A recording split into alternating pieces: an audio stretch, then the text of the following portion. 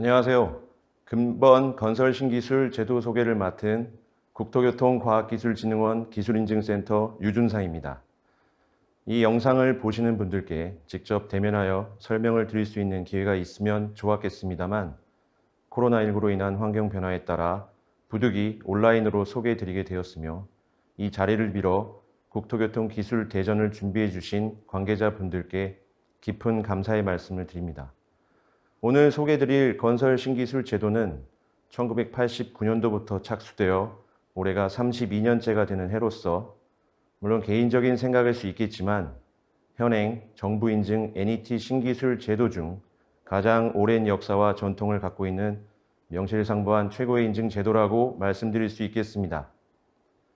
이에 오늘 준비한 자료는 건설신기술 제도의 소개부터 시작해서 단연간의 수행 경험을 바탕으로 그간 추진되어 온 여러 제도 개선 사항에 대하여 그 추진 배경 및 핵심 내용을 요약 정리한 것이며 이번 설명을 들으시고 추가적인 문의나 좀 더 설명이 필요하신 사항이 있으신 경우 맨 마지막 페이지에 있는 연락처로 문의를 해주시면 우리 원 담당자분들이 적극 안내해 드리도록 하겠습니다.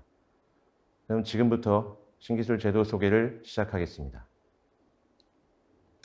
목차는 다음과 같이 구성되어 있습니다. 우선 제도 개요에 대한 간략한 설명과 많은 분들이 궁금해하고 계신 특허와 건설 신기술과의 비교, 그리고 신기술 지정 시 인센티브에 대한 소개 및 제도가 도입된 89년부터 30년 이상 운영되어 온 건설 신기술이 그동안 어떠한 과정으로 제도가 변화하며 형성되어 왔는지와 최근 주요하게 추진하고 있는 정부 차원의 지원 노력을 말씀을 드리고 마지막으로 가장 현실적인 이슈로서 주요 민원에 대한 질의외신 사례로 정리를 해보았습니다. 다음 페이지입니다. 건설 신기술 제도에 대한 소개로서 제도 개요, 관련 법규, 신청 자격, 그리고 추진 체계, 심사 기준, 심사 절차, 그리고 사후관리의 순으로 정리를 해봤습니다. 건설 신기술 제도의 도입 목적은 중소기업 위주인 기술 개발자의 건설기술 개발 의욕을 고취시키고 우수한 건설기술을 널리 보급하기 위해 신기술 지정을 통해 인센티브를 부여하여 줌으로써 건설산업을 육성하고자 1989년도에 도입되었습니다.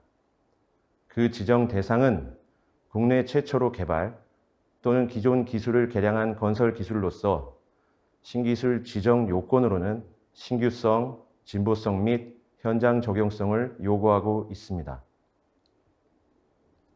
많은 분들이 궁금해하시는 내용으로 신기술이라 함은 가장 최신의 기술로서 개발된 지 얼마 지나지 않은 기술만 해당되는 것에 대한 사항입니다. 건설 기술이라는 특성상 기술 개발에 소요되는 시간 및 개발된 기술이 현장에 시험 적용이 되고 성능 검증을 거친 후에 이를 다시 보완하는 기간까지 합하게 되면 물론 개발 기술의 특성에 따라 일부 다르긴 하겠으나 평균 5년 이상이 소요되는 것으로 조사가 되고 있습니다. 또한 교량 기술과 같이 규모가 상대적으로 크고 발주 건수가 많지 않을 경우에는 그보다 더 많이 소요되는 경우도 있기 때문에 단순히 특허 등록 시점만 보고 신기술 여부를 판단하는 것은 적절하지 않은 것으로 판단이 됩니다. 이 설명은 국회 등 외부 기관에서도 문의가 많이 있고 또 궁금해하시는 분들이 많아 참고로 말씀드립니다. 다음 신기술 지정 분야로는 토목, 건축, 기계설비 총 3개의 대분야 그리고 27개의 중분야로 구성되어 있고 이를 다시 현장 적용을 고려해서 141개의 소분야로 세분화하였습니다. 최근에는 스마트 건설 기술 개발과 더불어 지정 분야의 개편 요구가 있어 이에 대한 검토를 자체적으로 진행을 하고 있습니다. 다음 페이지입니다. 최근까지의 신기술 지정 및 활용 현황을 정리한 표가 되겠습니다. 올해 10월 말을 기준으로 1989년 이후 현재까지 2107건의 신기술 지정 신청을 통해서 총 921건이 지정이 되었고 그 지정률을 계산해 보면 약 44% 정도입니다. 다만 2017년부터 현재까지 최근 5년간의 신청 및 지정 현황을 볼 때 그 지정률은 약 36%로서 지정률이 갈수록 좀 낮아지는 추세를 알 수 있겠습니다. 이는 최근 언론 보도 등에 의하면 건설 신기술이 유사한 분야를 다루는 다른 인증 제도에 비해 심사가 어려운 것으로 보도되고 있는 것으로 볼 때 그만큼 심사가 철저하게 이루어지고 있다는 것으로 해석해 볼 수 있겠습니다. 다음으로 아래 표에 신기술 활용 실적을 보시면 그간 국내 공사 현장에 5만 5천 건 이상 적용이 되어 총 11조 원 이상의 실적 금액을 달성을 하였으며 이를 통해 그동안 국내 건설 기술의 발전 및 경쟁력 제고와 건설 산업 육성에 많은 기여를 해오고 있음을 알 수 있습니다. 활용 실적 금액만으로 봤을 때 매년 4,500억에서 5,000억 수준으로 보합을 유지하고 있는 것으로 보이나 이는 국가 SOC 예산의 변화 추이와 함께 매년 신기술이 활용되는 건수가 계속 증가하는 것을 고려하면 국내 건설 시장에 적극적으로 반영되고 있음을 알 수 있겠습니다. 참고로 신기술 활용 실적은 한국건설교통신기술협회에서 접수 및 관리 업무를 수행하고 있는데 당해 연도의 전년도 실적을 집계하는 방식임에 따라서 올해 실적은 아직 정리가 안 돼 있고 내년 상반기에 집계될 예정임을 말씀드립니다. 다음 페이지입니다. 제도 시행을 위한 근거 법령입니다. 건설 신기술 관련 법령으로는 건설신기술진흥법, 그리고 동법 시행령 및 시행규칙이 있습니다. 또한 제도 운영을 위한 관련 규정으로는 심사 기준 및 절차와 방법 등을 규정한 국토교통부 고시인 신기술의 평가 기준 및 평가 절차 등에 관한 규정, 그리고 기술 사용료 및 현장 적용 방법 등을 규정한 국토교통부 훈령인 건설기술진흥업무 운영 규정, 사용협약자 요건 및 방법 등을 규정한 국토교통부 고시인 신기술 사용협약 등에 관한 규정, 마지막으로 개별 부처에서 운영하고 있는 신기술의 공통적인 사항을 규정한 국토교통부 고시인 신기술 신제품 통합인증요령이 있습니다. 각각의 규정에 대해서는 홈페이지를 통해 최신 내용을 공유하고 있으니 신기술 관련 전반적인 이해를 높이기 위해서는 관련 법 규정을 읽어보시고 내용을 숙지하는 것을 권해드립니다. 또한 해당 내용에 대해 이해가 안 되거나 설명이 필요한 부분이 있으시면 우리원 기술인증센터에 언제든지 문의해 주시면 되겠습니다. 다음 페이지입니다. 신기술 신청 자격입니다. 기술 개발자는 개인이나 법인이 모두 가능하며 기술 개발 또는 개량에 대한 역할이 명확하게 입증되는 경우 신청이 가능합니다. 또한 건설 신기술 제도는 기술 개발자를 배타적으로 보호하는 기능이 없으므로 특허 및 실용신안 등 지적 재산권을 활용하여 보호할 수 있도록 권고하고 있습니다. 이 경우 신청 기술과 관련된 특허, 실용신안 등 지식재산권의 최종 권리자로서 기술 개발 신청인과 동일한 경우에만 신청 자격을 부여받을 수 있습니다.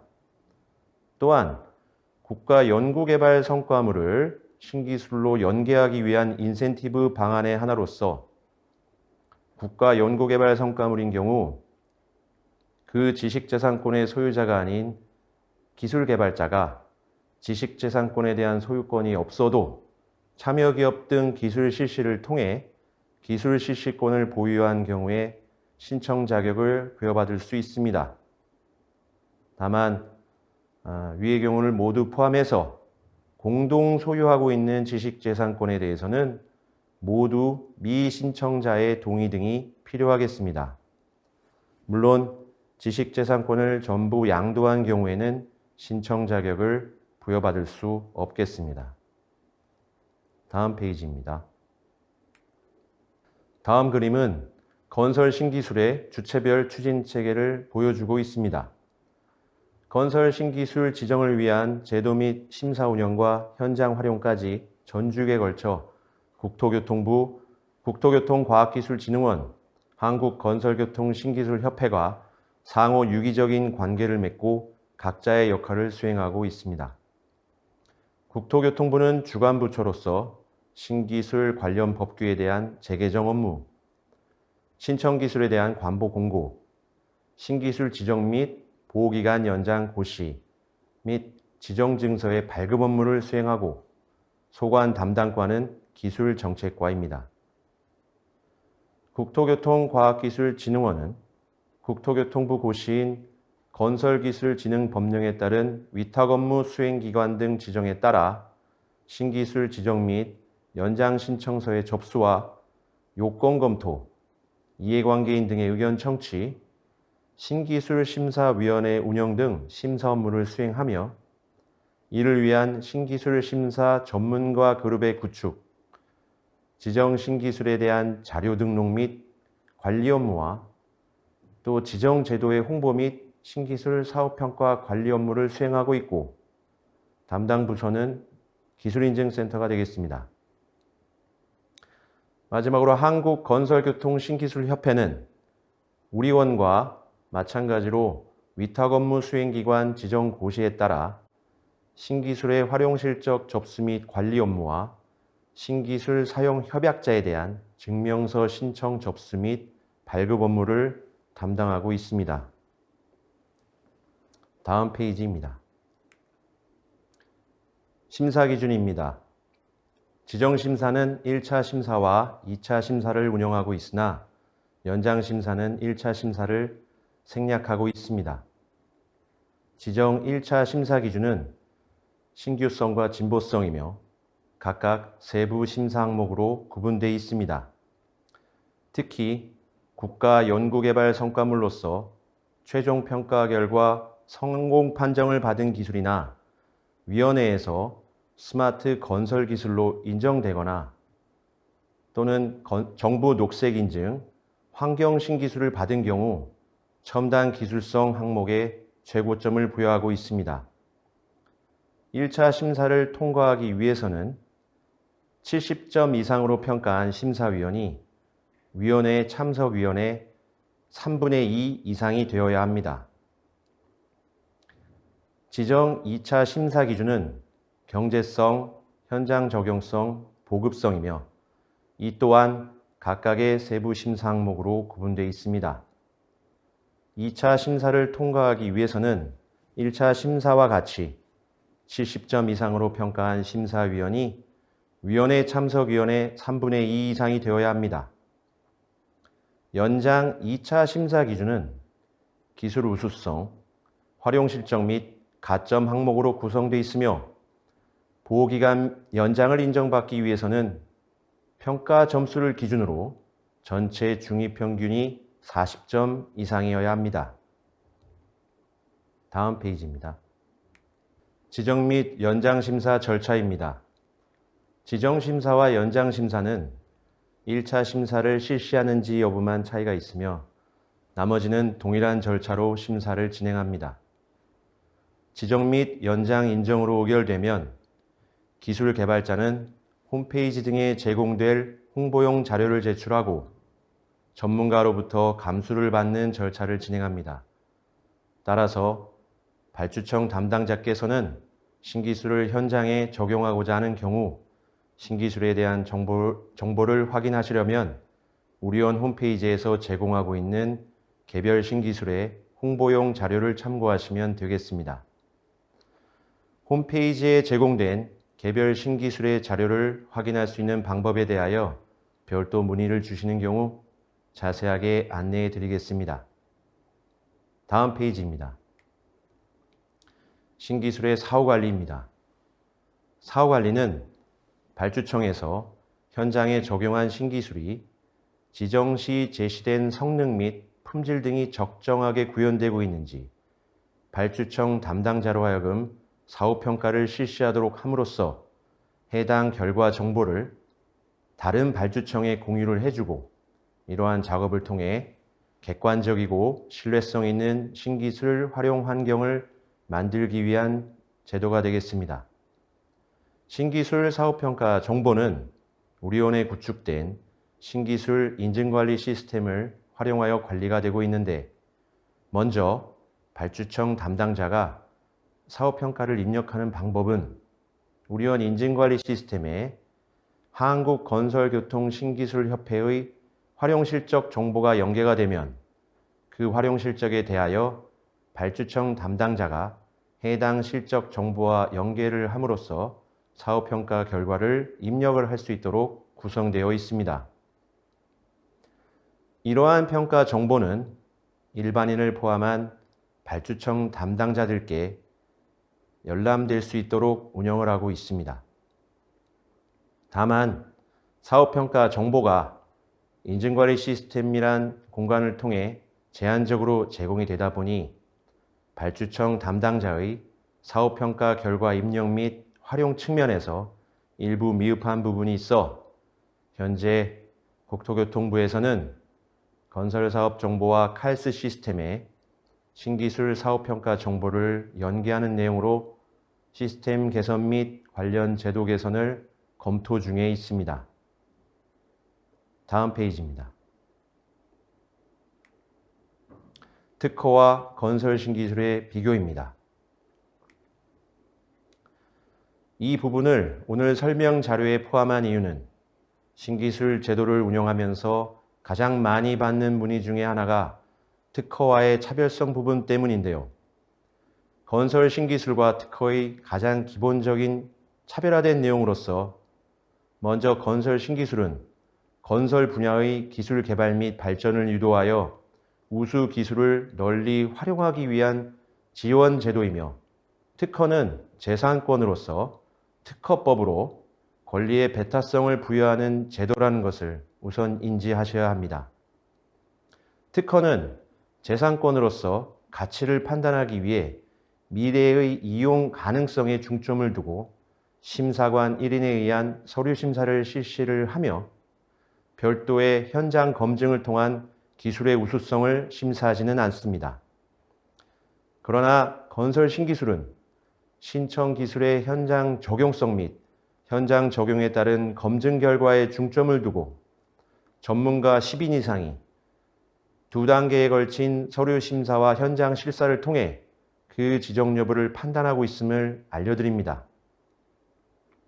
결론적으로 특허는 심사 자료로서 현장 적용을 위한 시방서, 유지관리 지침서 및 원가 계산서 등이 미비함에 따라 건설 신기술 인증을 통해 현장 적용을 도모할 수가 있고 신기술은 건설기술진흥법에 따라 배타적인 보호수단이 미비함으로써 특허를 통해 배타적, 독점적 권리를 부여받을 수 있으므로 두 개의 제도는 상호 보완적인 관계에 있다고 보면 명확하게 이해하실 수 있겠습니다.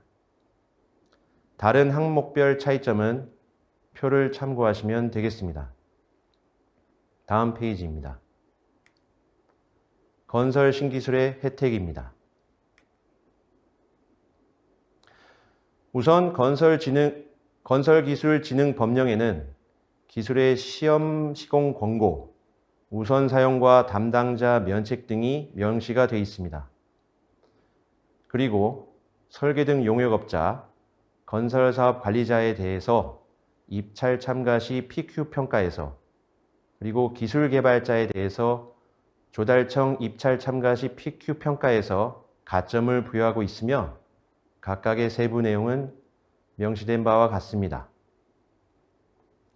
또한 국가계약법의 계약예규에 신기술 공법의 경우 수의계약이 가능하도록 규정을 하고 있고 신기술 적용 시 기술 보유자와 기술 사용 협약을 체결하도록 하여 그 권리성을 보장하고 있습니다. 다음 페이지입니다. 발주청에서는 신기술을 설계에 반영하기 위하여 특정 공법 심의를 위한 기술자문위원회를 운영하고 있는데 이 기술자문위원회 운영 규정에 건설 신기술의 2개 이상 검토, 기술 심사에 대한 배점을 60%로 심의를 실시하여 설계에 반영하도록 하고 있습니다. 이는 최근 제도 개선된 내용으로서 뒷부분에서 자세히 설명드리도록 하겠습니다. 그리고 최근 국토교통부에서는 건설 신기술 활성화 방안을 방침으로 만들어 신기술을 널리 보급하고 있습니다. 우선 국토관리청 성과관리계획에 활용 실적을 반영을 하고 활용 우수자에 대한 장관 표창을 실시하며 신기술 첫 고객 되어주기 및 건설기술 시험 시공 지원 사업을 매년 상반기에 실시하고 있습니다. 이 부분도 뒷부분에서 자세히 설명드리도록 하겠습니다. 다음 페이지입니다. 이번에는 1989년 이후 건설 신기술 제도가 분야별로 어떻게 변화되었는지 내용을 정리해 보았습니다. 첫 번째, 제도 도입입니다.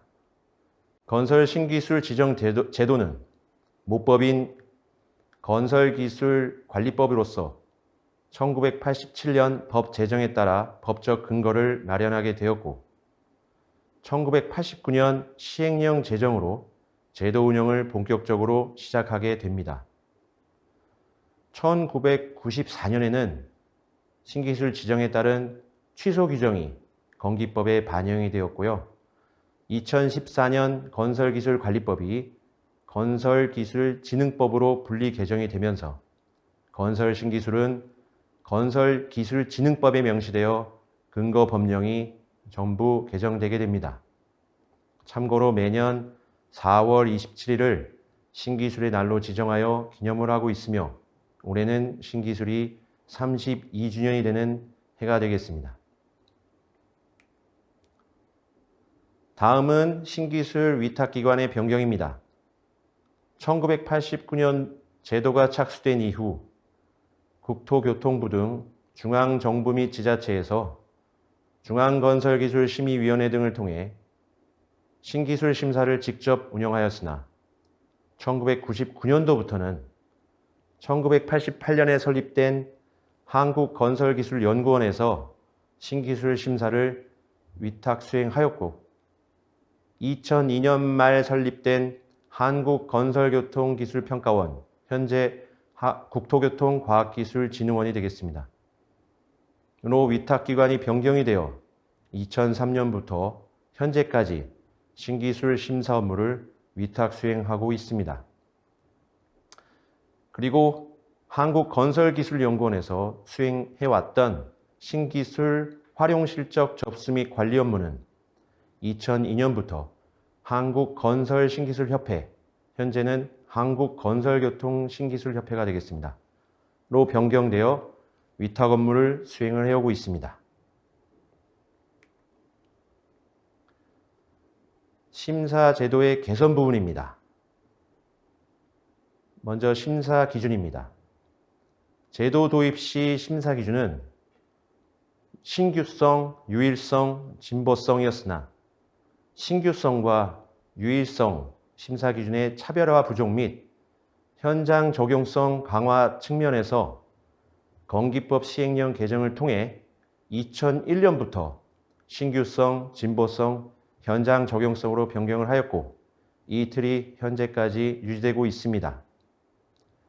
심사 단계를 보면 최초 도입 시 예비심사와 본심사의 2단계 심사로 운영하였으나 2005년부터 현장 적용성 심사 강화 차원에서 현장 실사를 도입하여 1차 심사, 현장 실사, 2차 심사의 3단계 심사로 변경이 되었고 이 또한 현재까지 유지되고 있습니다. 사업평가 제도는 2012년 건설기술관리법 개정을 통해 최초로 도입되어 현재까지 시행 중에 있습니다. 인센티브 부분입니다.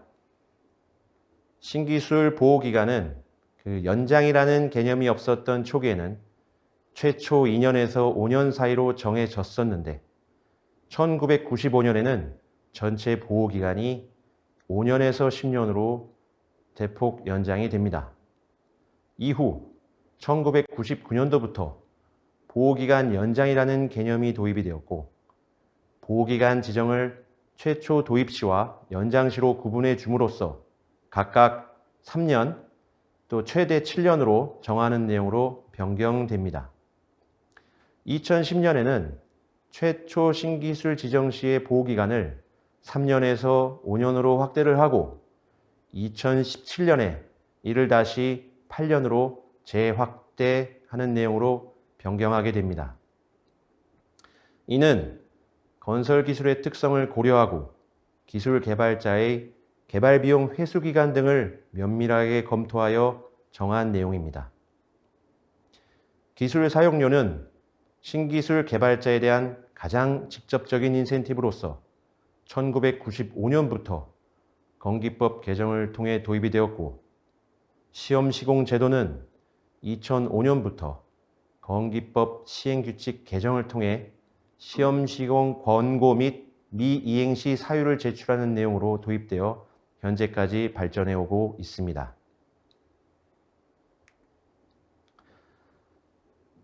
입찰 방법으로는 2008년도 건기법 시행령 개정을 통해 기술 제한 입찰, 설계 공모 기술 제한 입찰, 입찰 방법 신설 등 신기술 공법 적용을 활성화하는 내용이 반영이 되었고 2016년에는 건진법 개정을 통해 기존 기술 대비 우수한 경우 우선 적용을 하고 발주청 담당자의 책임 면제 법적 근거가 마련이 되었으며 같은 해부터 신기술 개발자와 협약 체결한 기술 전수 협약자에게 동등한 권리를 부여하는 신기술 사용 협약자 제도가 건진법 시행령 개정과 함께 시행되었습니다. 또한 신기술 사용협약자 관리 업무를 한국건설교통신기술협회에서 위탁 수행하고 이를 위한 건설신기술협약 등에 관한 규정이 제정되게 됩니다.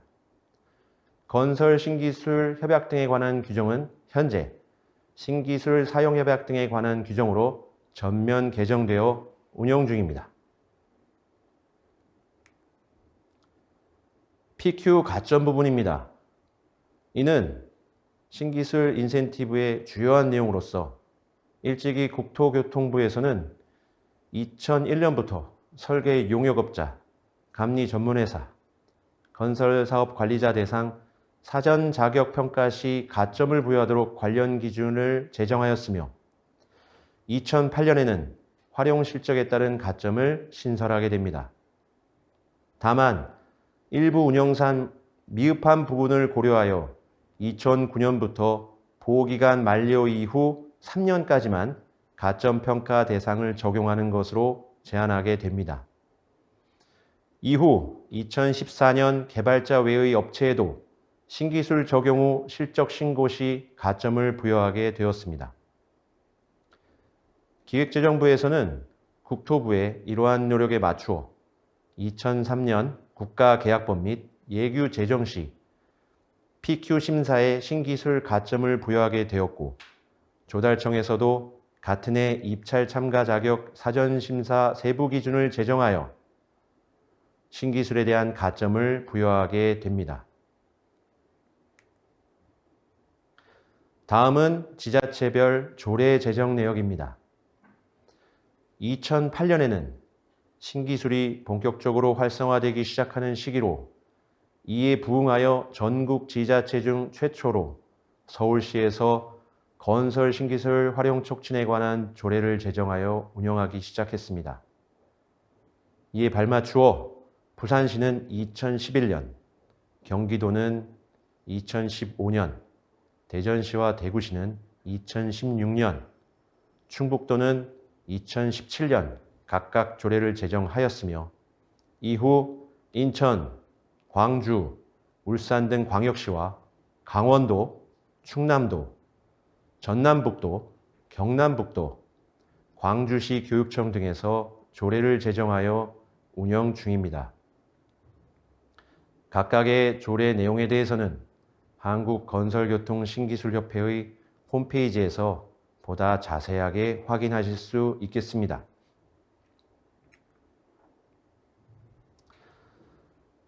다음은 최근 건설 신기술 활성화 방안에 대한 주요 내용이 되겠습니다.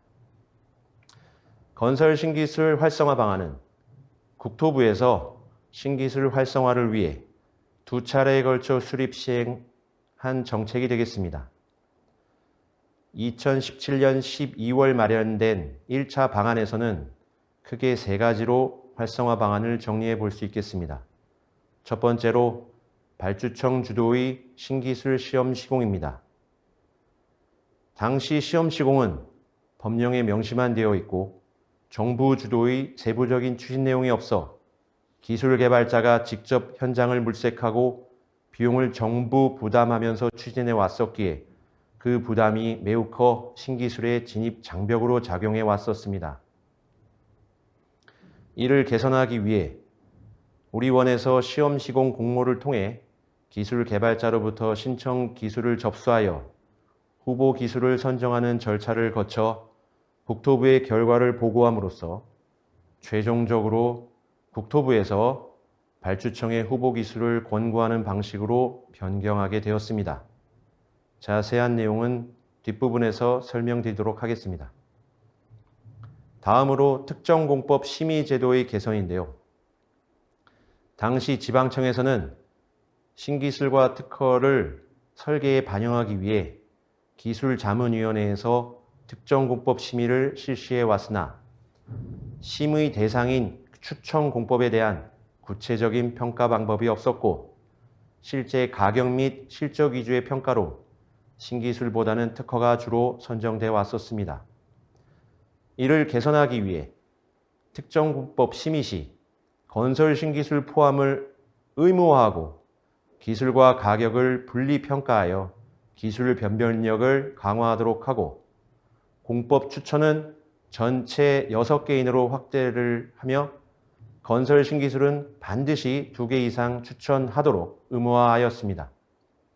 이러한 특정 공법의 심의 내용은 갈스를 통해 관리되도록 함으로써 발주청 담당자로 하여금 신기술을 활용을 강화할 수 있도록 조치한 바 있습니다. 세 번째로 발주청 주도의 공공구매 제도 시행입니다. 공공구매 제도는 2014년도부터 운영되어 온 제도로서 정부와 공공기관에서 신기술 및 연구개발 성과를 구매하는 제도가 되겠습니다. 그간 공공구매 적용 현장을 기술개발자가 직접 조사해서 정보 파악에 애로가 있었고 활용 실적도 전무한 신기술도 존재했던 바 기술개발자의 직접 신청 외에 우리원의 요청에 따라 발주청에서 활용 가능성을 검토할 수 있도록 제도를 개선하였습니다. 현재 공공구매 제도는 활용 실적이 전무한 신기술만을 대상으로 하고 있으며 2014년 이후 28개 기술을 44개 발주청의 현장에 설계 반영 공고한 바 있습니다. 다음 2019년 2월 2차 활성화 방안에서는 기존 활성화 방안을 보완하고 적극적으로 독려하는 데 중점을 두었습니다. 시험 시공 지원의 경우 2018년 시범 적용을 실시한 결과를 바탕으로 본격적인 추진을 위해 건진법에 시험 시공의 추진 근거와 함께 발주청에 대한 면책 규정을 함께 마련하여 발주청 담당자의 부담을 줄임으로써 시험 시공이 더욱 활성화될 수 있도록 하였고 특히 개발자 전액 부담 방식에서 발주청에서 50%의 비용을 지원해 줄 수 있도록 함으로써 개발자의 비용 부담을 대폭 완화시켜 주었습니다. 또한 발주청 담당자의 신기술 활용을 유도하기 위해 국토관리청을 대상으로 그 성과 관리 계획에 신기술 활용 고유지표를 신설을 하고 국토관리청뿐만 아니라 공공기관의 신기술 활용 우수자에게 장관 표창을 매년 수여할 수 있도록 한 바 있습니다. 다음 페이지입니다. 국토교통부에서는 건설 신기술의 활성화뿐만 아니라 심사 제도에 대한 개선도 꾸준히 실시해 오고 있습니다. 시기적으로 보면 경년에 한 번꼴로 신기술의 평가 규정을 개정하면서 심사 제도를 개선하고 있었는데요. 최근에 시행된 심사 제도의 주요 개선 내용을 정리해 보았습니다. 2019년 2월 제2차 건설 신기술 활성화 방안 마련과 함께 신기술 심사 제도에 대한 개선도 함께 추진했는데요. 우선 신기술 신청 및 심사의 내실화를 위해 신기술 제출 서류에 대한 목록화 및 검증을 강화하였습니다. 이는 신청 기술별 신기술 심사를 위해 요구되는 실적 및 원가 자료에 대하여 증빙 서류를 수록하도록 하고 이를 심사 담당자가 확인한 후 위원회에 보고를 함으로써 보다 엄정한 심사가 될 수 있도록 하기 위함입니다. 또한 기술의 특성에 따라 심사 기준에 세부 항목 및 배점을 조정할 수 있도록 함으로써 보다 정확한 심사가 이루어질 수 있도록 조치하였습니다.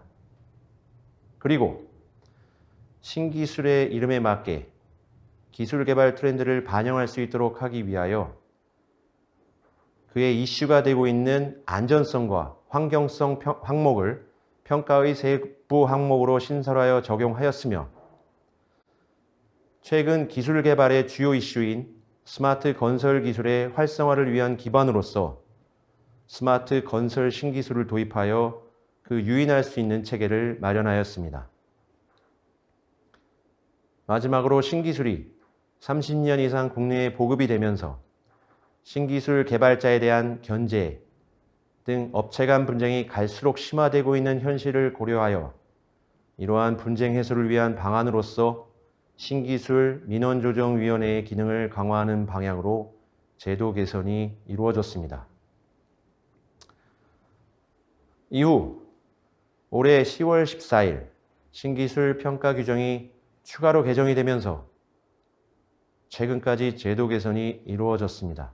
우선 신기술 심사의 공정성 강화 측면에서 최근 국정감사 등 외부 지적사항을 고려하여 신기술에 대한 관계기관 의견 조회 시 신청기술 관련 자문, 연구, 용역 등을 수행하거나 그 대표자가 신청인과 동일한 경우에는 조회 대상에서 제외하도록 하였고 심사 결과들이 그간 이해관계인 등에게는 공개되지 않았었기 때문에 이해관계인에 대한 정보 공개 차원에서 심사위원회의 종합의견을 공개할 수 있도록 적극 행정 기능을 강화한 바 있습니다.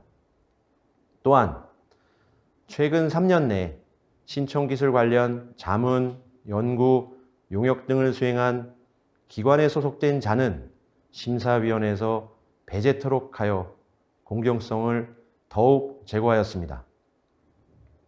다음으로 특허, 실용신안 등 지식재산권 조사 분석 강화 차원에서 변리사와 변호사를 포함한 신기술 심사 전문가 그룹을 구축하여 심사위원회 구성 운영에 활용을 하고 선행기술 조사 시 신청기술과 특허와의 연관성, 권리분쟁 관련성 등에 대한 사항을 검토 항목에 추가함으로써 신청기술에 대한 신규성 측면의 심사를 강화하였습니다. 신기술이 지정되어 현장에 보급이 될 때 가장 주요하게 검토될 사항은 바로 공사비용, 즉 경제성에 대한 내용이 되겠습니다.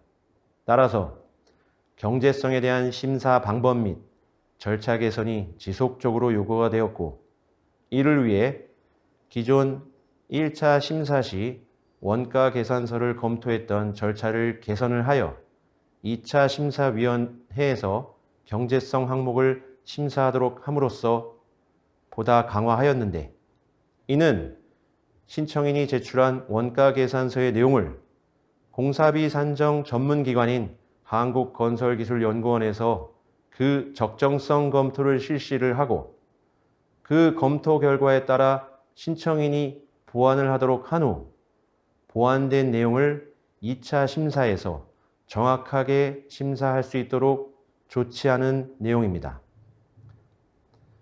기술개발자가 원가 계산 전문 기관에 의존하여 경제성 자료를 제출하고 있었으나 향후 구체적이고 세밀한 경제성 심사가 이루어질 예정이므로 기술개발자의 적극적인 보완 및 대응이 필요할 것으로 판단이 됩니다.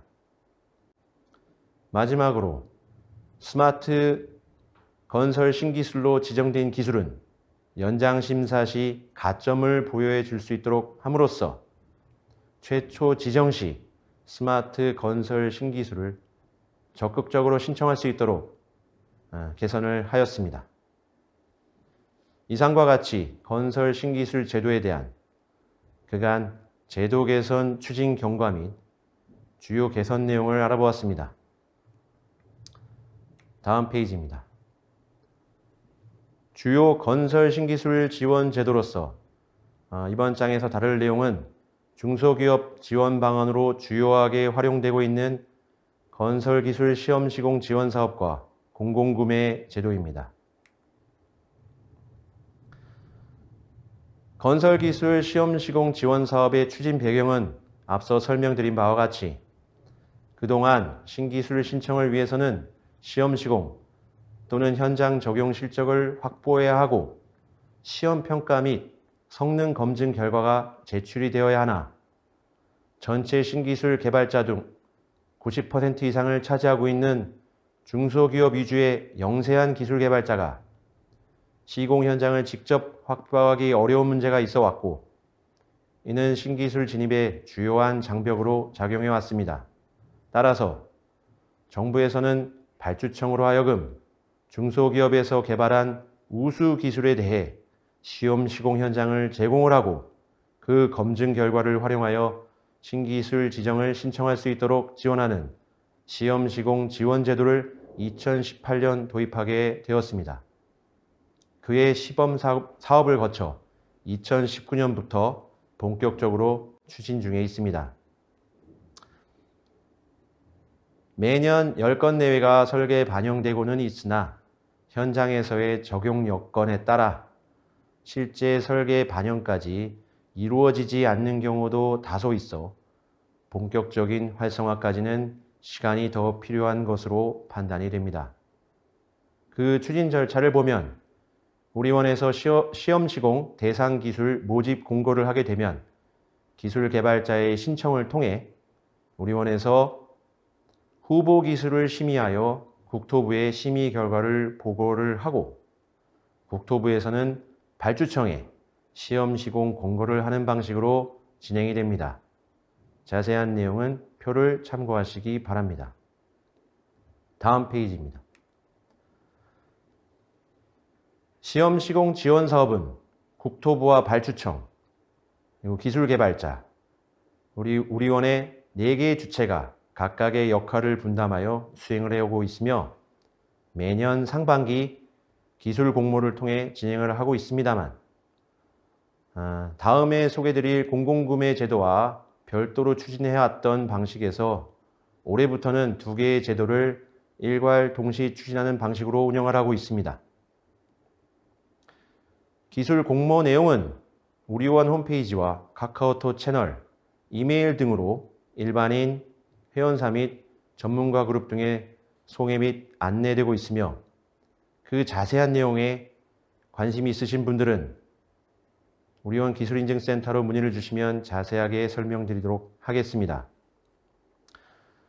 이러한 시험 시공 지원 사업은 발주청의 경우 우수 건설 기술에 대한 현장 제공 및 공사비 절감 효과를 기대할 수 있고 개발자의 경우 시공 실적 확보 및 비용 부담 절감 효과의 상호 보완적인 기대 효과가 예상이 됩니다. 다음은 신기술 공공구매 제도입니다. 공공구매 제도는 별칭으로서 첫 번째 고객 대우 주기로도 소개가 되는데요. 신기술 지정 후 1년 이내 활용 실적이 전무한 중소기업 보유 신기술을 대상으로 국토부의 설계 반영 권고에 따라 발주청에서 이를 직접 검토한 후 신기술 실적을 확보할 수 있도록 지원하는 제도로서 앞서 설명드린 시험시공 지원 사업과 동시에 매년 초 공모를 통해 동일한 방식으로 진행이 됩니다. 국토부, 발주청, 개발자, 우리원의 역할 분담은 시험시공 지원 사업과 유사하고 그 기대 효과는 활용 실적이 없는 중소기업의 신기술을 공공에서 최초에 한하여 우선 구매해 줄 수가 있어 신기술의 사장을 방지하고 이를 통한 중소기업 육성 그리고 기술 경쟁력 강화 등의 효과가 예상이 됩니다. 다음 페이지입니다. 마지막으로 가장 궁금해하시는 내용일 수도 있겠는데요. 주요 민원에 대한 질의 회신 사례를 소개해 드리겠습니다. 우리원의 민원 회신을 요청하는 주체는 기술개발자와 제3자 또 발주청 등으로 볼 수가 있겠는데요. 이 중 가장 빈도가 높은 경우가 발주청으로부터 접수되는 경우이며 사례 중 일부 내용이 또 이해되지 않을 수도 있겠으나 가장 빈도가 높은 사례 위주로 구성을 해 보았으니 부담 없이 들어보시면 되겠습니다. 첫 번째 질의는 건설 신기술이 포함된 건설공사의 발주청과 도급자 간 계약이 신기술 보호기간 내에 체결되었으나 현장 여건 등으로 보호기간 내 시공이 완료되지 않은 경우 기술 사용료를 받을 수 있겠느냐에 대한 내용입니다. 이에 대한 답변으로 건설기술진흥업무 운영규정 제47조 및 제48조에 따라 신기술 보호기간 이내에 공사 계약이 이루어진 경우에만 기술 사용료를 지급해야 하고 만약 기술 개발자가 직접 시공에 참여하는 경우에는 기술 사용료를 지급하지 않도록 하고 있습니다. 다음 질의는 기술 사용료 산정 시 신기술 개발자의 모든 권한에 대해 산정을 해야 되느냐 아니면 기술 개발자가 자재를 납품하고 시공법에 대해서만 산정하는 것이 가능하냐 라는 질의인데요.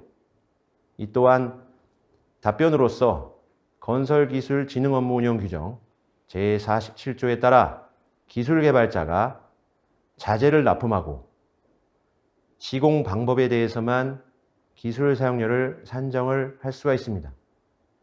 이 경우 직접 자재를 납품하게 되면 이를 제외하고 기술 사용료를 적용하도록 규정하고 있습니다.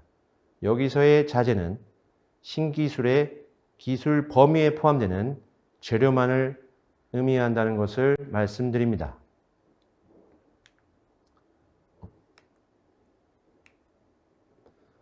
다음 질의입니다. 건설 신기술에 부합하는지 여부는 건설 신기술 지정 증서에 명시된 기술 범위만으로 판단하는 것이 맞는지에 대한 질의입니다. 이에 대한 답변으로 건설 신기술은 특허와는 달리 그 권리 범위의 해석에 대한 법률이나 규정이 없습니다. 다만 건설기술진흥법에서 신청을 받아 그 기술을 평가하여 신규성, 진보성 및 현장 적용성이 있을 경우 신기술로 지정 고시할 수 있다고 규정하고 있으므로 신기술에 부합하는지 여부는 증서에 기재된 기술의 명칭, 범위, 내용과 그 홍보용 자료를 종합적으로 검토하여 법에서 정한 평가를 거친 기술로 볼 수 있는지 여부로 판단하는 것이 맞다고 답변 드릴 수 있겠습니다. 다음 질의는 신기술의 범위가 A, B, C, D 복합된 내용으로 구성된 경우에 그 일부를 제외한 A, B, C 또는 A, B만으로 실시할 경우 신기술로 볼 수 있겠느냐라는 질문입니다. 이러한 질문도 많이 오고 있는데요. 이에 대한 답변으로 각 항목이 AND로 연결된 경우에는 모든 구성 내용이 전체가 적용이 되어야 되고 각 항목이 또는 OR로 연결된 경우에는 일부 항목만 적용해도 신기술로 볼 수 있다고 답변 드릴 수 있겠습니다. 다음 질의입니다. 신기술이 적용된 공사가 지금 진행 중인데 보호기간이 중간에 만료된 경우 사업평가서를 작성해야 하느냐라는 질의가 있는데요. 이에 대한 답변으로 해당 공사가 신기술 보호기간 중에 그 낙찰자와 공사계약이 이루어진 경우에는 보호기간이 만료가 되었더라도 신기술로 지위가 유지가 됩니다. 따라서 신기술 보호기간이 종료된 이후 준공이 완료되어도 사업평가서를 반드시 작성하셔야 합니다. 다음 질의는 민간투자사업, BTL의 경우 신기술의 발주는 민간법인이 되는데 이 경우에도 사업평가를 민간법인이 해야 되느냐, 사업평가 주체는 어디냐에 대한 질의가 되겠습니다. 이에 대한 답변으로 건설기술진흥법 시행령 제34조 제4항에 따라 신기술의 사업평가서를 작성하는 주체는 건설공사에 해당 신기술을 적용하는 발주청이 되는데요. 민간투자사업 등 민간법인이 발주자가 되는 경우에는 감리를 정부나 지자체가 지정을 하게 되므로 최종 작성 의무자는 해당 정부기관 또는 지자체가 해당된다고 답변을 드릴 수 있겠습니다.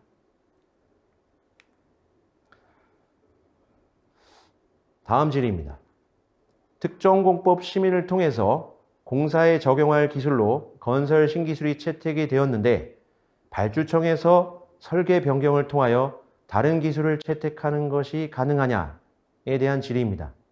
이에 대한 답변으로 신기술의 설계 변경에 대해서는 건설기술진흥업무운영규정 제45조 제3항에 따르도록 하고 있으며 신기술 선정 당시 예측한 상황과 실제 현장의 상황이 상이한 경우 기술 개발자가 신기술 제공을 거부하는 등 불가피한 경우에는 위원회의 재심의를 거치도록 하여 다른 기술로 설계 변경이 가능합니다. 다음 질의입니다. 특정공법 심의를 통해 선정된 신기술에 대해 공사 이전에 보호기간이 만료되는 경우 신기술을 배제하고 다른 기술로 시공하는 게 가능한지에 대한 질의입니다. 이에 대한 답변으로 보호기간이 발주청과 낙찰자 간 계약일 이전에 만료가 되면 그 신기술로서의 지위가 상실이 되나 계약일을 기준으로 보호기간 내에 있으면 신기술의 지위가 유지된다고 말씀드렸습니다. 다만 신기술의 지위가 상실이 되더라도 기획재정부의 계약예규 등에 따라 체결된 신기술 사용협약이 유효할 수도 있으므로 신기술 배제에는 신중을 기할 필요가 있겠습니다.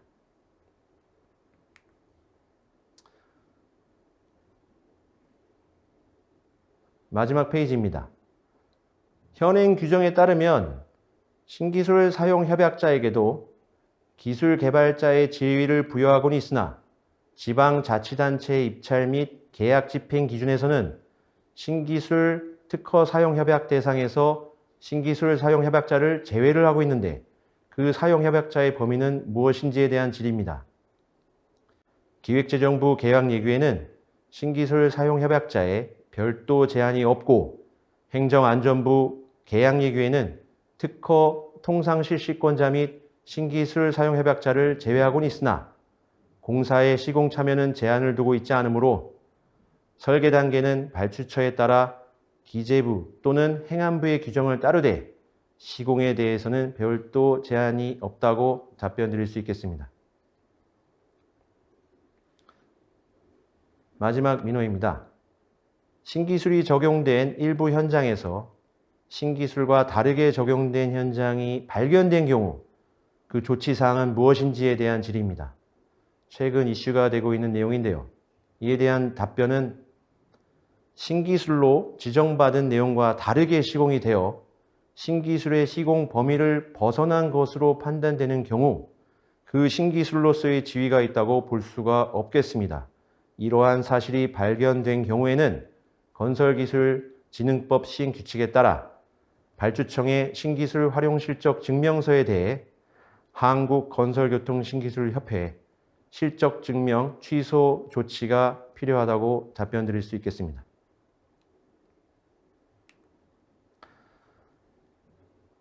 이것으로 준비한 내용을 모두 말씀드렸습니다.